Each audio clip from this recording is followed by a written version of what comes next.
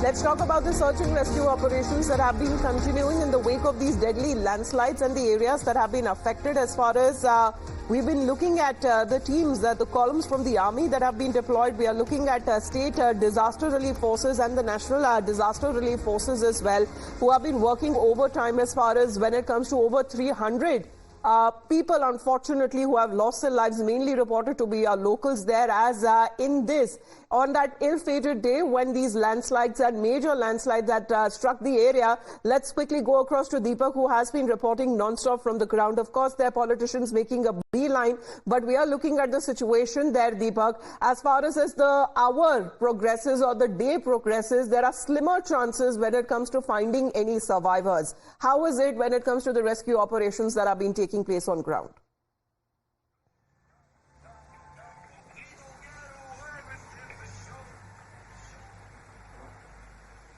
Deepak.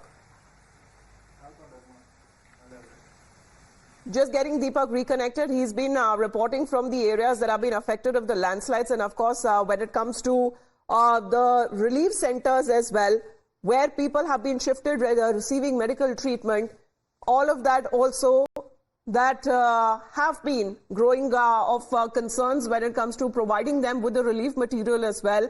That has also been coming in and been airlifted from different parts of neighboring states as well.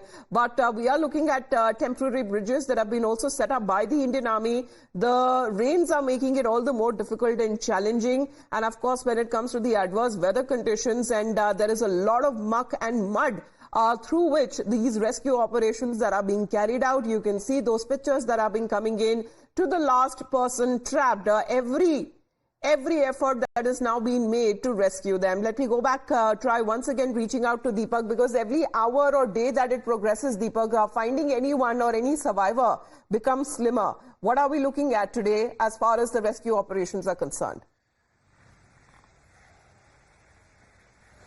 Well, like I've been saying since yesterday, Amita, right now, of course, for us to really call it a rescue operation would be literally a very far-fetched thought. Right now, the focus, of course, is on search to try and find as many people who could be trapped under the debris, but to find them really alive would be an absolute miracle.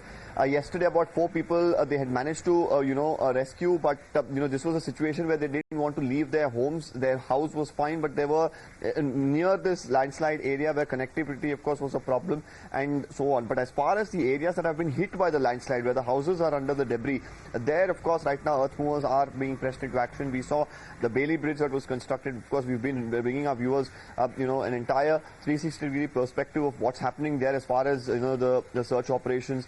Now there are dog squads. There are also different wings of the army who are working in different directions. They've made this into a sector-wise search operation, where right from the top where the landslide has hit to downstream, they are looking at all possible locations where there could be people who could be washed away, and they are putting in all their efforts and focusing their energies on that.